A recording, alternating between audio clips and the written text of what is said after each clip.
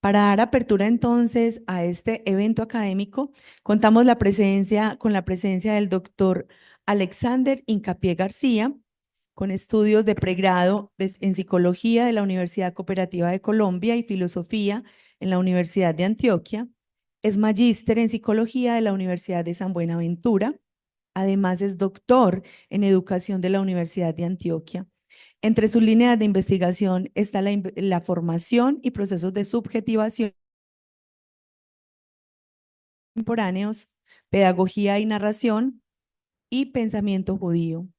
Realizó su estancia doctoral en la Universidad Nacional Autónoma de México. Su tesis doctoral obtuvo la máxima calificación summa cum laude, reconocido como investigador asociado por Colciencias. Ha sido profesor de pregrado y posgrado en distintas universidades. Se define más que profesor como un investigador social sin credos epistemológicos. Invitamos al doctor Alexander Hincapié, por favor, entonces se haga presente en la mesa. El doctor Alexander Hincapié también ha publicado artículos en revistas nacionales e internacionales. Se desempeña como docente e investigador en la Universidad Católica de Oriente, la Universidad de Antioquia y la Universidad de San Buenaventura. Hoy nos hará la presentación del libro Pedagogía Anómala, publicado en este año 2024.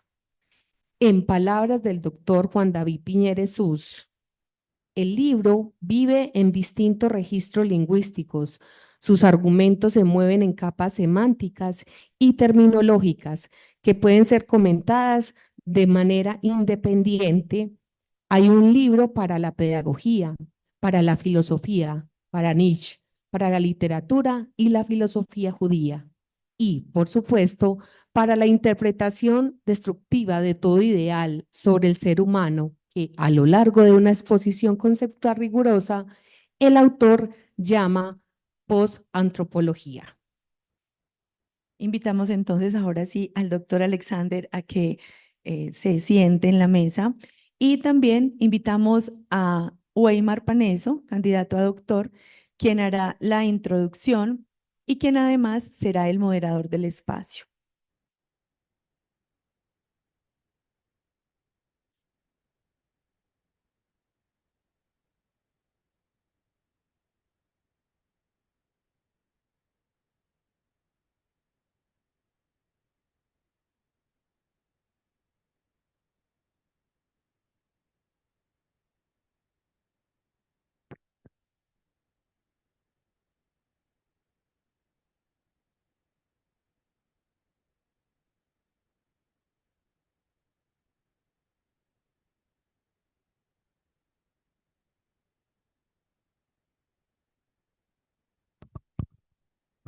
Muy buenos días, profesor Alexander, ¿cómo está? Buenos días para todos y todas. Eh, bueno, yo estoy muy bien, estoy muy agradecido con la universidad, que también es mi casa, en particular con la facultad, con el equipo de profesores del doctorado pero en particular pues como con la delegación de México y los estudiantes del doctorado y también en particular de la cohorte 3, pues porque en realidad el apoyo, por lo menos de parte mía, el apoyo ha sido moral, yo no he hecho realmente nada, eh, pero entiendo también, porque también he sido organizador de eventos, que eso se sufre mucho y se sufre hasta el último momento. Yo muy bien, Weimar, yo me encuentro Bueno, muy bien. diga, yo no sé usted. Usted no sé, pero yo muy bien. Listo. Profe, pues muchas gracias. Y para iniciar el diálogo en esta mañana, quisiera preguntarlo inicialmente. En el texto aparece que si interpretar significa combatir, ¿cómo se inicia entonces el combate a favor de lo malogrado, de lo anómalo, desde la interpretación de la portada del libro? ¿Cómo a través de la interpretación de la obra de Escobar, cuyo nombre es Encausado, logra usted guiar el desarrollo del texto? Eh, este, a ver, la presentación está un poco desactualizada, porque, digamos, yo, eh, yo quiero mucho a la UNAM porque allí hice mi estancia doctoral, pues como los vínculos míos con México son ya de hace alrededor de 15 años. Pero digamos la universidad que yo llevo en el corazón de México, la Universidad Hebraica, porque allá también saqué la maestría en estudios judaicos. Eh, pues, ¿por qué una maestría en estudios judaicos? Pues yo creo que, como, como diría Juan Gabriel, pues lo que se nota no se pregunta. Entonces, de alguna manera ya estoy respondiendo. Eh, y Miguel Ángel Escobar Lara es un artista plástico que me ha ayudado también en otros proyectos. Es un artista plástico muy bueno, me ha ayudado en el diseño de un libro que hicimos de manera cooperativa que se llamaba de Benjamin Marcuse, otro libro que se llamó El hijo de Lot. Y bueno,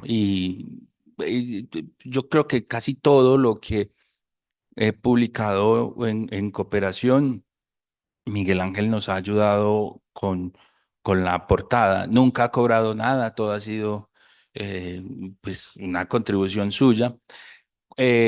Cuando, cuando cuando estaba pensando en la portada del libro, pues yo no sabía que iba a salir, simplemente pues yo tenía como unas ideas de qué cosas quería que estuvieran como en la portada, ¿cierto? Como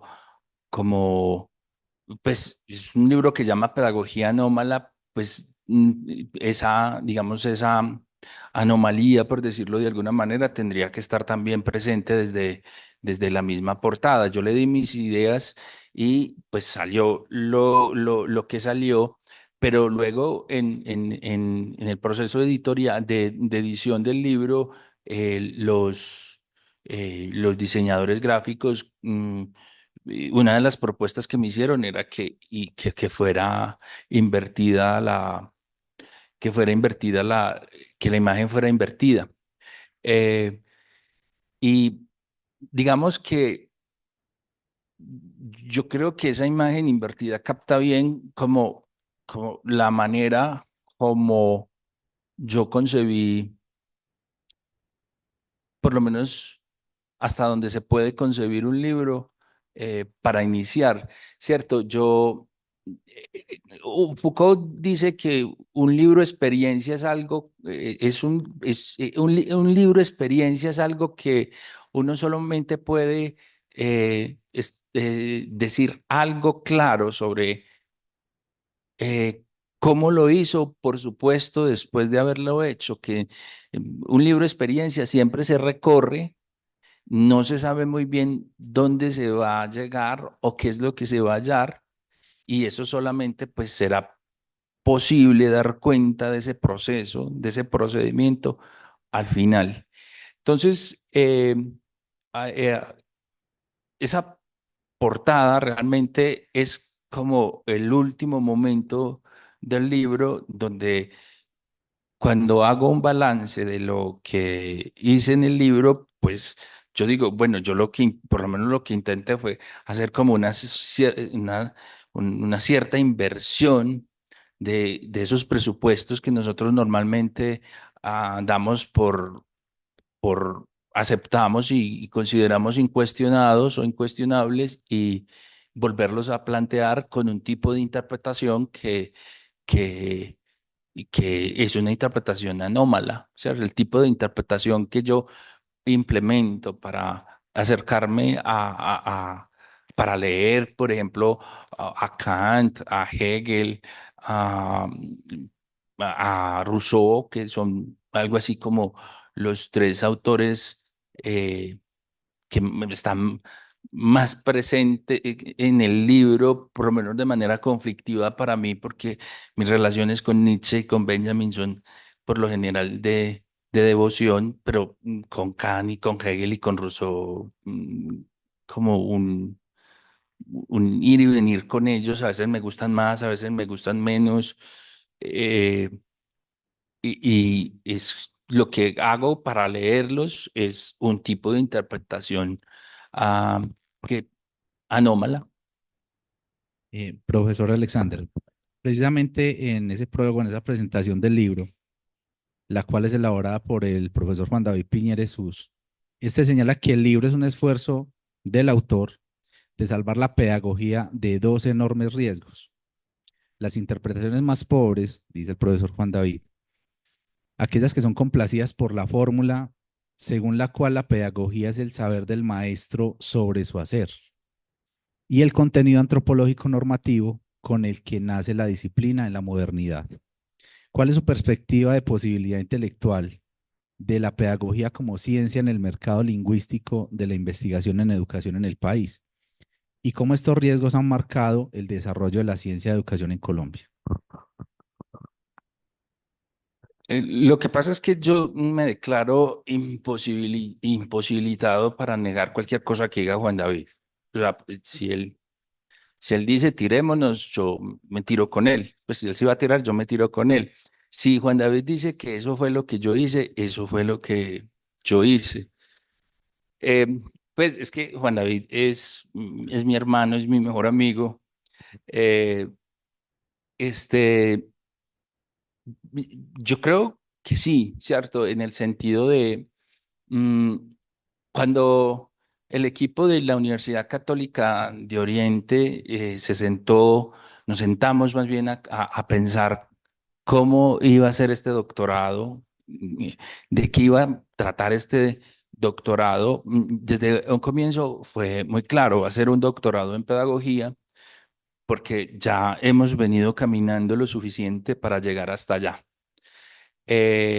Pero nuestra visión de la pedagogía no es la visión que por lo menos por algo más de 40 años ha gobernado como nuestra forma de interpretación local, ¿cierto? Que ha sido muy en términos de la pedagogía es el saber del maestro sobre la enseñanza, sino nosotros pensamos, no, el doctorado de nosotros va a ser un doctorado sí en pedagogía, pero que va a ir a otro tipo de fuentes y esas fuentes pues son las fuentes que tenemos en Kant, pero particularmente en Herbart, en Pestalozzi, en Dilthey, en Nator, e incluso fuentes nacionales como la de los hermanos Luis y Martín Restrepo, que ellos claramente a finales del siglo XIX definen la pedagogía como una ciencia teórica y una ciencia práctica, no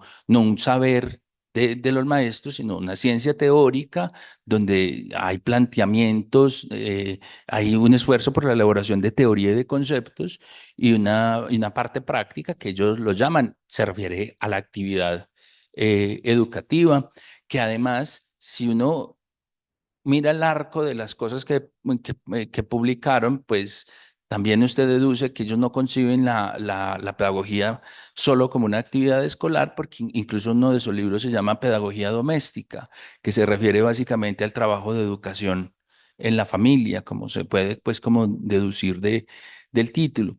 Y entonces, claro, pues tampoco nuevo, sino que lo que estábamos recuperando era una especie de línea,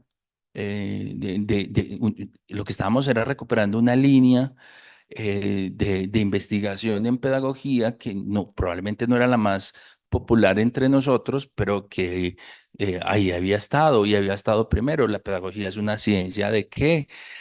Es la ciencia de la educación, es la ciencia de la formación.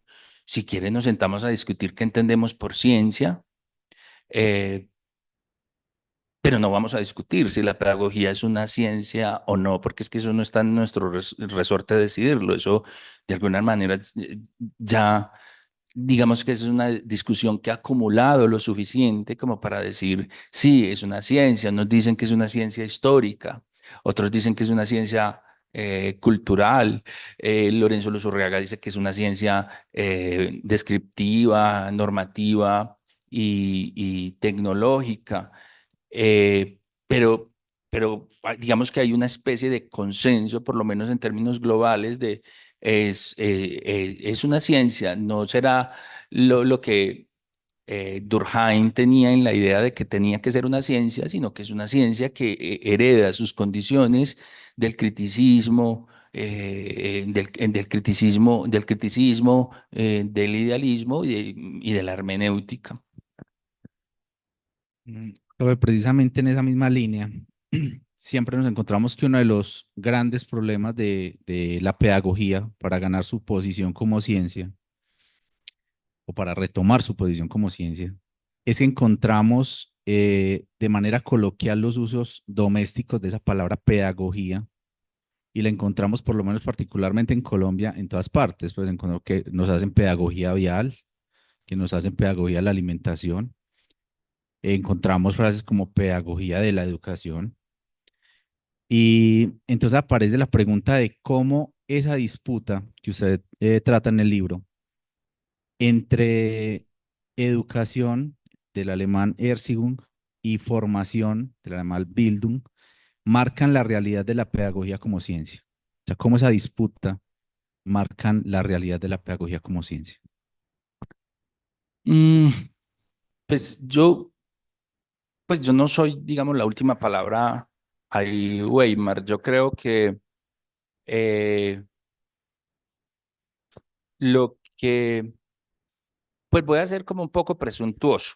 Lo que, digamos, el campo disciplinario y profesional de la pedagogía en Colombia le debe al doctorado en pedagogía de la universidad y al pregrado en pedagogía de la Universidad de Antioquia, todavía no se ha calculado porque digamos que lo que ha hecho el doctorado y el pregrado ha sido una especie de labor, le voy a robar la expresión al profesor Diego Alejandro Muñoz, como de limpieza epistémica. Decir, el hecho de que usted pueda usar la palabra pedagogía de cualquier manera no significa que la pedagogía sea cualquier cosa. O sea, usted úsela como usted quiera, pero eso no quiere decir que la pedagogía sea cualquier cosa. Eh, cuando decimos que la pedagogía es la ciencia de la educación y de la formación, nos estamos refiriendo fundamentalmente a lo siguiente. La educación tiene que ver con unos procesos eh, socialmente constituidos que propenden por la adaptación del ser humano a un contexto inmediato, a un contexto ampliado o a una sociedad en particular o a una gran sociedad. Y eso es para nosotros importante, ¿cierto? Cuando hablamos de adaptación, hay instituciones que ayudan a ese proceso, ¿cierto? La familia, la escuela, los grupos juveniles, etcétera. Pero cuando hablamos de formación, nos referimos a una actividad que puede tener que ver con la familia, con la escuela, con los grupos juveniles, pero no necesariamente se reduce a estos espacios institucionalizados, sino que actúa más bien como una decisión particular. Es decir, la formación es, mientras la educación es influencia, como diría Didier Benner, la formación es autodeterminación. O sea, ya, digamos, el individuo tendrá que hacerse cargo de cómo reelabora la influencia recibida y eso será formación. Pero, insisto, de hecho, ahí hemos, pues si uno recupera cosas, Nietzsche en Schopenhauer como educador dice que los maestros realmente no tienen mucho para enseñar, sino que, digamos, su tarea principal la de un maestro, la de un gran maestro, es la de mostrar a sus alumnos aquello que no puede ser transferido por otros. Es decir, ¿y qué es aquello que no puede ser transferido? La singularidad, que es lo que se obtiene de la formación, que es lo que se logra con la formación. Entonces, digamos, esos dos objetos, como para decirlo de alguna manera, esos dos objetos de los que se ocupa la pedagogía, educación y formación, digamos, uno los diferencia analíticamente, pero entendemos también que en el mundo de la vida esos objetos están imbricados, ¿cierto? Se imbrican. Una actividad de naturaleza educativa, institucionalizada, puede convertirse en una experiencia formativa. Puede, pero no necesariamente es así, porque la escuela existe y la escuela es fundamental, pero no porque la escuela exista podemos decir que todo lo que ocurre en la escuela es formativo. Es más, no podemos afirmar que la escuela per se es formativa. Por eso necesitamos diferenciar, ¿cierto? Los objetos. O sea, hasta dónde llegamos con la tarea institucional y qué queda ya en términos de formación por hacer. Profesor, usted en el libro recoge o retoma la posición kantiana de la pedagogía y menciona en él al doctor Marcelo Caruso, el cual hace énfasis en 5 puntos esenciales que él recoge desde lo histórico hasta el lugar del orden social, ¿cierto? Entonces, ¿cómo ese reclamo de Kant se posiciona en el momento actual a través de su obra?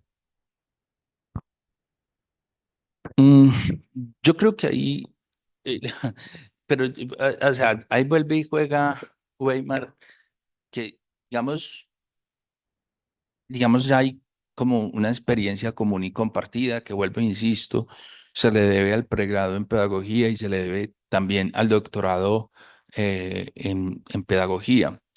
Porque no es que yo lo diga, porque pues digamos que uno en soledad puede decir muchas cosas, pero digamos, hay en Kant hay digamos, hay una especie como de tarea, ¿cierto? Kant deja la tarea de, vea, si esto no lo vamos a, si esto ha de ser serio y debería ser serio, porque es que la educación no es cualquier cosa, esto tiene que ser ciencia, porque en la medida en que no sea ciencia, lo que hagamos siempre estará al vaivén del capricho, de la opinión y del gusto. Y de ahí, pues saldrá lo que saldrá, pero no podemos esperar nada en particular, ¿cierto? Ahora, Kant él dice, háganlo, pues, la pedagogía tiene que ser una ciencia, yo no les voy a hacer la tarea, ¿cierto? Luego quien retoma digamos, esa tarea que nos deja Kant es Herbart, que dice, bueno, si esto es una ciencia, la fundamentación de esa ciencia es la psicología y la filosofía práctica. Y yo entiendo la psicología en este sentido, la entiendo para esto, entiendo la filosofía práctica en este sentido, lo entiendo para esto. Y, y, y Dilthey posteriormente incluso va a mostrar las limitaciones de la pedagogía herbartiana, nos va a mostrar cómo esa ciencia también tiene que ser una ciencia que sea capaz de leerse de manera no solamente a partir de contextos eh, universales o generales, sino a partir también de los contextos donde, digamos, la educación y la formación se viven, ¿cierto? Eso ha llevado a muchos a decir que Dilthey niega la posibilidad de la pedagogía como ciencia. No, Dilthey no niega la posibilidad de la pedagogía como ciencia, sino que nos llama a reentender qué es lo que vamos a entender por ciencia y por pedagogía como ciencia. Para Dilthey la pedagogía sería una ciencia del espíritu y las ciencias del espíritu se ocupan de singularidades, ¿cierto? Este, Paul Nator va también a hacer su propia corrección de la pedagogía herbartiana y nos va a decir pues que al final eso es una pedagogía individualista que no logra sacar al individuo de su encapsulamiento y que en realidad la educación es una actividad social. Entonces, en ese sentido, mm, la pedagogía, por definición, es social.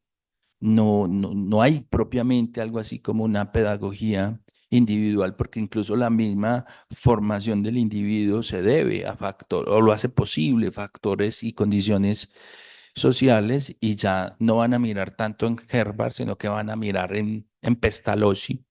Walter Benjamin es durísimo con Herbart. Yo no sé, a todos les gusta criticar a Herbart. Debe ser que Herbart sí dijo cosas muy importantes, porque sí, Dilthey lo critica, Nator lo critica y Walter Benjamin lo critica, y recupera una cosa que nosotros olvidamos con mucha frecuencia, y es que nos admiramos mucho de la figura de Pestalozzi porque lo imaginamos como el maestro sensible y amoroso, pero Benjamin dice, realmente el gran aporte de Pestalozzi es haber sido el primero que puso en relación la educación con la sociedad, y no por un factor vinculante como la religión, sino la economía.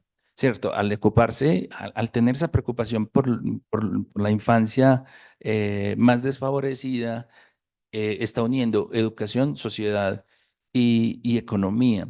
Y entonces, todo, digamos, ese conjunto de elementos que estoy relacionando, mire que yo estoy pasando por aquí de Kahn a Herbart, a Dilthey y a Nator y a Pestalozzi. Esos nombres no los estoy trayendo arbitrariamente para la conversación, sino para señalar, digamos, la gran trayectoria que nos ha permitido hablar de pedagogía como ciencia, y que para nosotros, que llevamos tanto tiempo repitiendo que la pedagogía es el saber del maestro sobre la enseñanza, el que haya un pregrado en pedagogía configurado como ha sido configurado.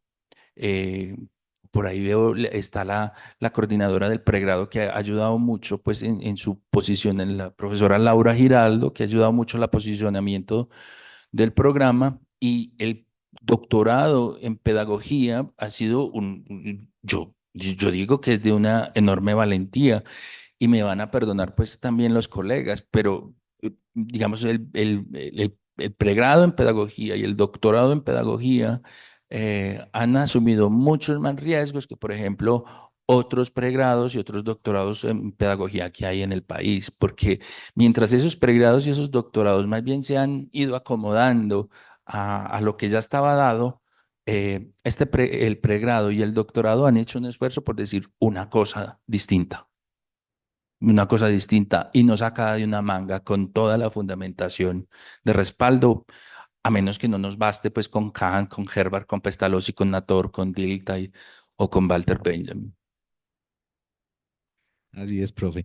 Profe, para ir finalizando este conversatorio, en la actualidad encontramos o es frecuente atender expresiones que, con el ánimo de imprimir esperanza o matizar el discurso, acuden a humanizar aspectos tales como la educación, la ciencia, la escuela, entre muchos otros.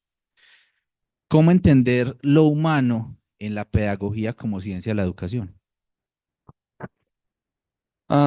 Digamos que esa es la gran discusión que hay de fondo, que tengo en el fondo en el libro. Em, ya esto lo dije hace poco. A mí me gustan mucho los epígrafes. Y Juan David, que como yo le hago caso, él decía que eso era muy feo. Entonces, bueno, si Juan David dice que es eso muy feo, no voy a volver a usar epígrafes. Y a todo el mundo le digo que es muy feo. Y a los estudiantes a los que les dirijo la tesis, le digo, quite eso, que eso es muy feo. Eh, este, pero sin embargo, yo para el libro sí abro el libro con un epígrafe, y es, Nietzsche dice, la humanidad no progresa, de hecho, ni existe. Eh, ¿Qué quiere decir Nietzsche con que la humanidad no progresa y que la humanidad no existe? Por un lado, está haciendo una crítica de todo lo que ha sido la filosofía de la Ilustración. Ah, pues la filosofía de la Ilustración tiene una confianza de que el progreso de la humanidad es una realidad. eh, digamos, es una realidad. O sea, que Kant, de hecho, como uno de los máximos filósofos de la Ilustración, no el único, pero uno de los máximos filósofos de la Ilustración, dice que todo lo bueno que haya que alcanzar, todo lo bueno que tenga que alcanzar la humanidad lo tiene que alcanzar por medio de la educación. Y que en la educación está el secreto de la perfección humana, dice Kant. Lessing, que ese sí es, digamos, el máximo filósofo de la Ilustración, eh, dice que la perfección, pues que el ser humano está llamado a la perfección y que esa perfección eh, tiene, digamos, como por recurso, por medio a la educación. O sea, y esa perfección es la perfección de qué? No es necesariamente la perfección del individuo, digamos, es la perfección del ser humano como especie. Y esa sería la humanidad. Nietzsche pone en duda todo eso. Nietzsche es, wow, algo así como, pues, no sé, yo diría que pues, en una de las mentes más lúcidas que ha dado, incluso en su locura, la historia de la filosofía. Nietzsche es como si anticipara que algo no estaba funcionando, en toda esa confianza en que hay progreso, y por ejemplo, progreso moral, y luego llega el siglo XX y lo que se produce son las dos, esas dos grandes catástrofes que son la Primera y la Segunda Guerra Mundial. Por eso Erich Hobsbawm llama, el historiador británico, llama al siglo XX como el siglo del horror. Y digamos, toda esa confianza que teníamos puesto en todo ese conocimiento pedagógico y educativo acumulado sobre la importancia de la educación, sobre la posibilidad de del perfeccionamiento de la humanidad por medio de la educación, se viene abajo. Es decir, la primera, si no bastó la Primera Guerra Mundial, la Segunda Guerra Mundial es la constatación, es certera de que no existe el progreso moral, que la posibilidad de una caída en la barbarie siempre está ahí, demasiado, demasiado cerca, y que no hay nada que la educación logre hacer para corregir la posibilidad de esa caída. Lo que puede hacer la educación de alguna manera es acompañar, acompañar y señalar las posibilidades de caer en la barbarie. Es lo que un poco hace Adorno en el texto que correctamente reseñabas ahora al comienzo. Y entonces ya la pedagogía no puede ser algo así como una ciencia de la educación y de la formación para el perfeccionamiento de la humanidad, sino una ciencia de la educación y de la formación eh, que nos advierte, que nos señala lo que nosotros hemos hecho de nosotros mismos convirtiéndonos en humanos. Y es en ese sentido que, por ejemplo, la figura de Nietzsche y la figura de Kafka, al usar es por eso que Nietzsche y Kafka, al usar las figuras, por ejemplo, de los animales, para el uno para desarrollar su filosofía y el otro para desarrollar su literatura, nos advierten que hay en esa búsqueda de humanidad, hay algo que se ha perdido o hay algo que no se logra ver y que siempre nos pone en riesgo. Gracias, profesor Alexander.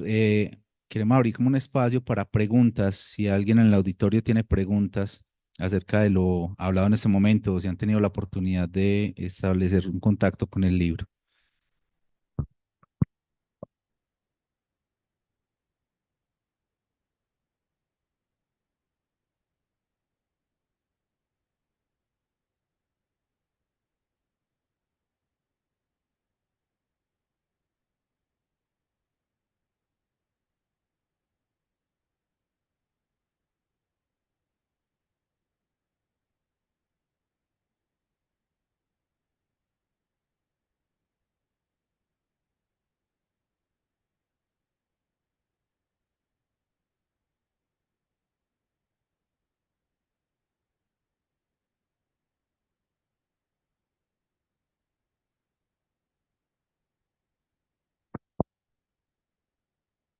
Mm, pues es que Nietzsche no es el más amoroso con Sócrates ni con Cristo, ¿cierto?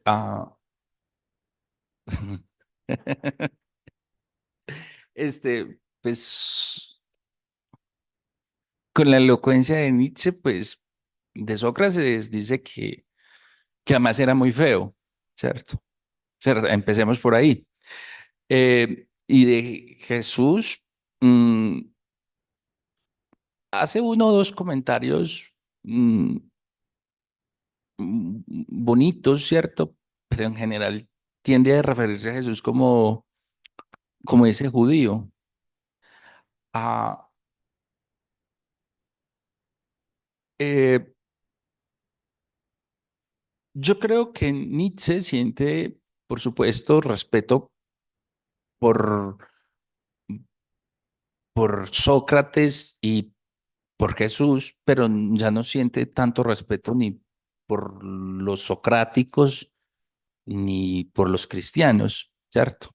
Eh, Este, en el nacimiento de la tragedia, Nietzsche dice, yo creo que la frase más, una de las, por lo menos es una frase que a mí todo el tiempo me revuelca la cabeza y es que el fin de la vida no es la ciencia, sino que el fin de la vida es el arte.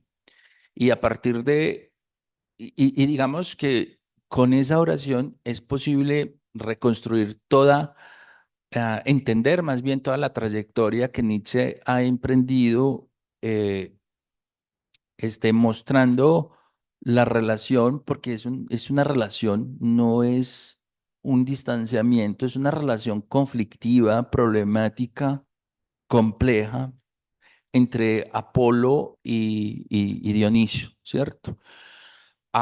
Yo entiendo que hay ciertas lecturas de Nietzsche donde dicen que Nietzsche privilegió la figura de Dionisio frente a la de Apolo. Yo no estoy de acuerdo con eso porque, digamos, la belleza de Apolo es ser capaz de darle forma al caos. Entonces, Apolo aporta la forma o las formas y, y Dionisios aporta, digamos, la fuerza, el vigor, el caos,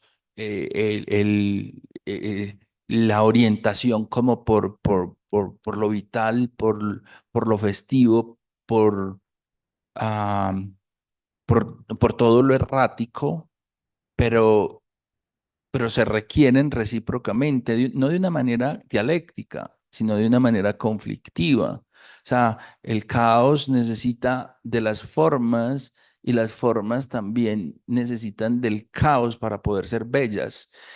Y digamos que, que, digamos, esa relación que Nietzsche establece entre Dionisios y Apolo en el nacimiento de la tragedia, la finalidad, por ejemplo, que le asigna al arte como lo más importante de la vida es algo que a mí me gusta, por ejemplo, pensar en relación a el problema de la formación, no ni siquiera el problema de la educación, sino el problema de la formación, porque si el fin de la vida es el arte y no la ciencia, y el fin de cada ser humano es su formación, la cuestión tiene que ver con cómo es posible por medio de la formación alcanzar para nosotros mismos o hacer de nosotros mismos una forma bella. Es decir, ¿cómo podemos embellecer nuestras vidas a partir de la formación?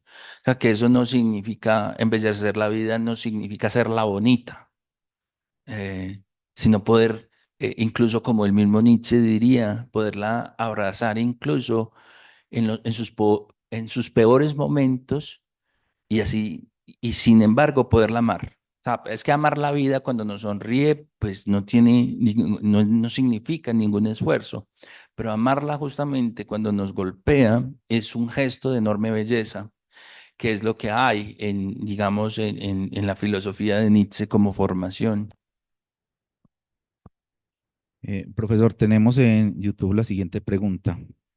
¿Qué es y qué no es pedagogía anómala?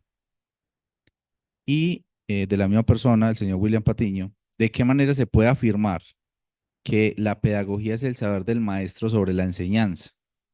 ¿Qué base epistemológica existe, creo yo, dice, para establecer la afirmación? Es que muchas gracias a William por la pregunta, pero digamos que la segunda pregunta no es para mí, ¿cierto? No sabría decir cuál es la base epistemológica para decir que la pedagogía es el saber del maestro sobre la enseñanza, y no porque la enseñanza sea un problema menor, la enseñanza, no, yo no quiero comunicar eso, la enseñanza es un problema fundamental. Eh, de hecho, el problema de la enseñanza es un problema que por lo menos para los judíos tiene alrededor de 2500 años, porque la pregunta básica siempre ha sido cómo vivimos en la diáspora, cada cierto tiempo nos toca dejar esto que hemos construido, pero cómo podemos transmitir lo que somos. Entonces, claro, para el judaísmo la pregunta por la enseñanza es la pregunta central, ¿cierto? ¿Cómo transmitir a las generaciones que vienen eso que somos? Eh, y por eso el pueblo judío se llama el pueblo del libro. Pues en los peores momentos lo único que ha habido es coja su Torá y arranque a buscar en dónde hacerse. Entonces, yo no estoy soslayando el problema de la enseñanza, que es un problema central, que es un problema fundamental. Lo que estoy, digamos, precisando es que usted no puede convertir la pedagogía en un saber sobre la enseñanza, porque la pedagogía no es un saber para una práctica, aunque esa práctica que llamamos la enseñanza se incluye en la pedagogía como ciencia. O sea, no es que yo esté dejando la enseñanza por fuera, eh, pero decir si hay una base epistemológica o hay una base teórico-conceptual para hablar de la pedagogía como el saber del maestro sobre la enseñanza, pues a ver, Durkheim en sus escritos sobre educación y sociología, pues al final él dice que la pedagogía no es una ciencia, nunca podrá ser una ciencia, eso no se parece a una ciencia, y al final, pero eso no quiere decir que no se necesite ciencia, él dice, no es la pedagogía. Pero ¿por qué? A ver, Durkheim, por qué no es la pedagogía? Ah, porque la pedagogía finalmente terminan siendo las opiniones, las elucubraciones, las ocurrencias de los maestros sobre lo que hacen. Eso es pedagogía, según Durkheim, ¿cierto? Y no puede ser una ciencia también, según él. Pues digamos que por ahí uno podría buscar por vía negativa eh, una base para fundamentar que la pedagogía es un saber sobre la enseñanza, y que ese saber básicamente es un saber de los maestros y de nadie más. Ahora, eh, ¿qué es pedagogía anómala? Eh, ¿Qué, ¿Qué es? No es, más bien yo cuando elegí este título no estaba pensando que estaba inventando otra pedagogía, que bueno, qué bueno que William me da esa oportunidad, porque yo no estaba pensando que estaba inventando otra pedagogía, porque además ya hay suficientes pedagogías inventadas como para yo pretender inventarme una. Em, Esa adjetivación es en relación con la manera como interpreto los problemas clásicos de la pedagogía, la educación, la formación, la antropología. Esa es la pedagogía anómala, una modalidad de interpretación, no una pedagogía más. ¿Qué no es, qué más no es la pedagogía anómala? He dicho una cosa, no es una nueva pedagogía, tampoco es una afirmación de lo dado, sino justamente una puesta en cuestión de todo lo que ya está cristalizado y que aceptamos como que así es y que no puede ser de otra manera y, y sí es pedagogía anómala. Mire, eso es eh, una especie de libro eh, de, es un libro judío, es un libro judío, eso es. ¿Alguien más tiene alguna pregunta dentro de las presentes en el auditorio? Sí, señor.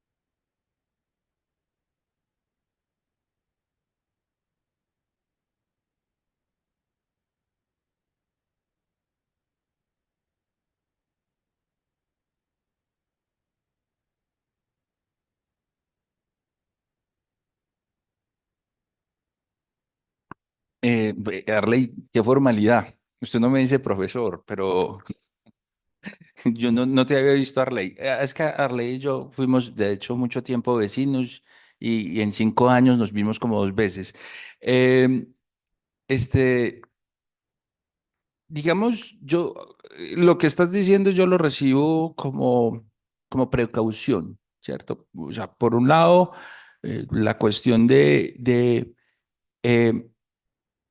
tampoco es nuevo, digamos, la crítica, por ejemplo, al concepto de Bill Sankey, que nosotros recibimos como perfectibilidad o formabilidad más bien de Herbert. Yo creo que tal vez una de las críticas más demoledoras al concepto de Bill Sankey la hizo Marx a propósito de sus discusiones sobre la libertad de prensa. Es muy curioso, porque por eso es tan importante ir a las fuentes filosóficas, porque uno no creería que se va a encontrar una crítica demoledora a un concepto tan importante para la pedagogía como el de formabilidad en un texto de Marx, que no tiene que ver con pedagogía, sino que tiene que ver con la libertad de prensa.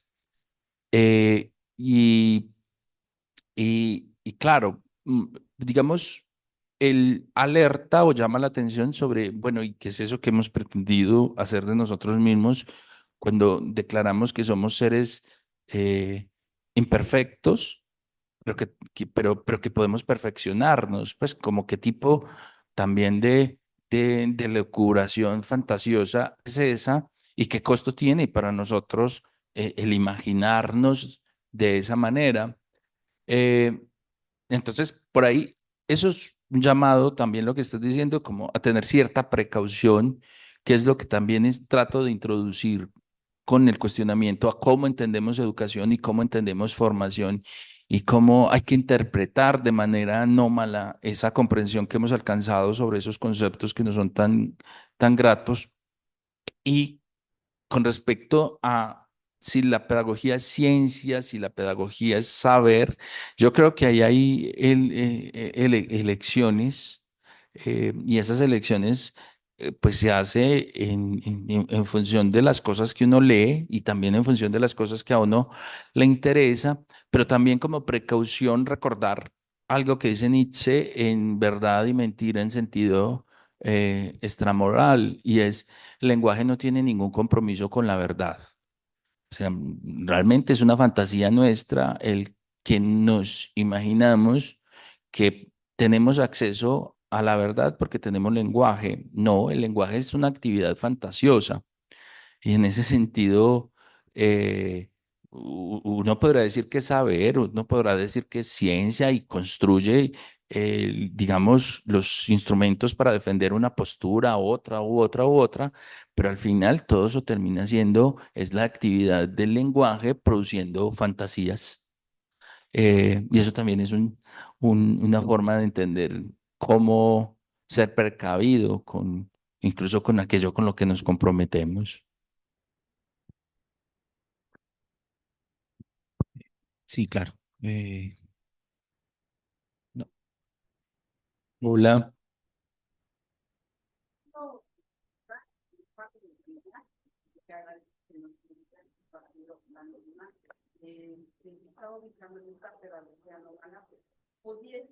Pudiera estar ahí o tener relación la idea que usted plasma en esta, donde manifiesta que el libro no le pertenece a nadie, y que ni al autor ni al mismo lector, y en este sentido el libro debe de ser leído como un todo, ¿no? No como una parte. A veces quiero pensar que cuando nosotros buscamos ciertos conceptos, vamos a una obra, estudiamos este concepto y nos olvidamos de lo demás, ¿no? O sea, lo demás no existe.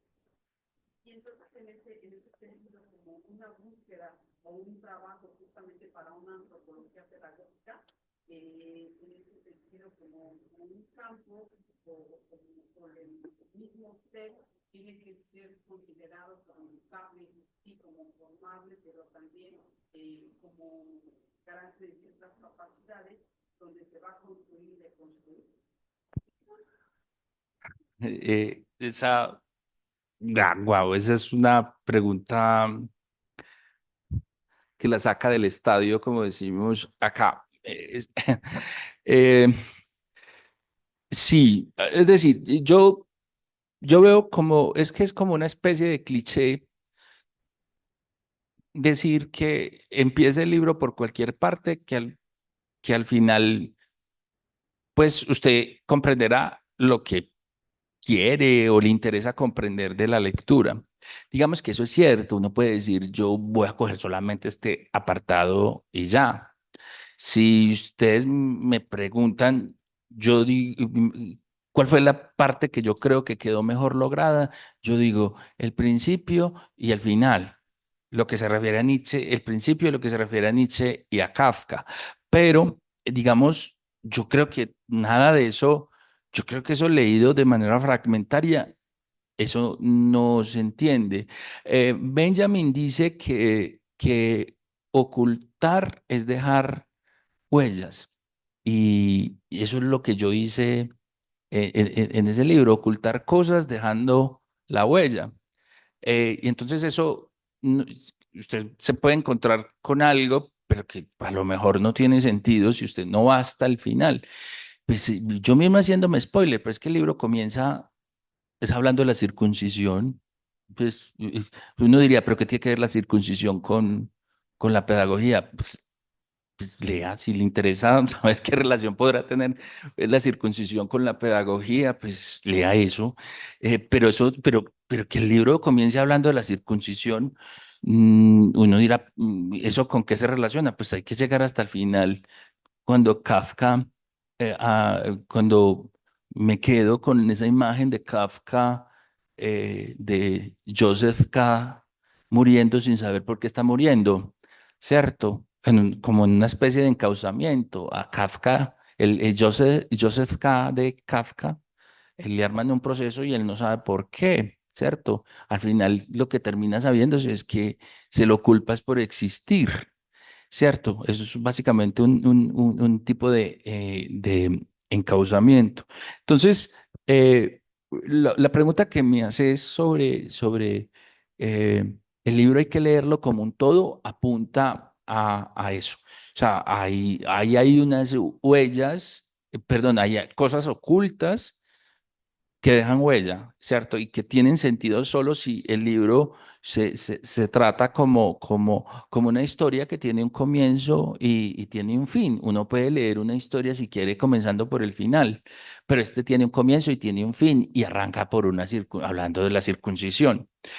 Eh, este, yo un poco también la respuesta que le daba Arley, y es que cuando yo digo que el libro ni le pertenece al que lo escribe, ni le pertenece al lector, sino que el libro se pertenece a sí mismo, es, es para, digamos, para señalar, es una especie de postura nietzscheana o benjaminiana, donde pues, al final es que todo lo que hacemos con el lenguaje se refiere al lenguaje. O sea, cuando digo el libro se remite a sí mismo, es porque el libro es una especie de operación del lenguaje, y en ese sentido, todo lo que escribimos y todo lo que decimos, todo lo que es lenguaje es autorreferencial, se pertenece a sí mismo, no le pertenece, digamos, al individuo, no es el producto de una subjetividad, sino es el producto de lo que se hace con el lenguaje, de lo que puede decirse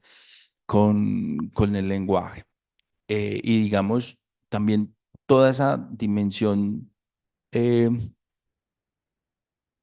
pues como esa red de significados donde está puesto el libro, eh, indica también que el libro se pertenece a sí mismo porque usted puede interpretar lo que usted quiera, pero nunca está el significado absoluto disponible ni para uno como escritor, ni para quien lo lee.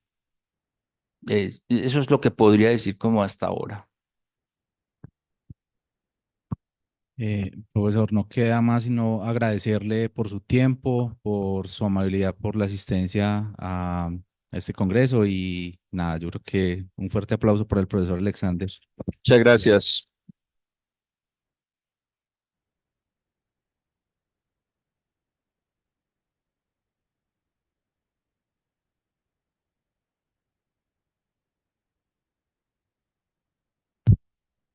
Bueno, Perdón. agradecemos entonces este espacio de diálogo y conversación.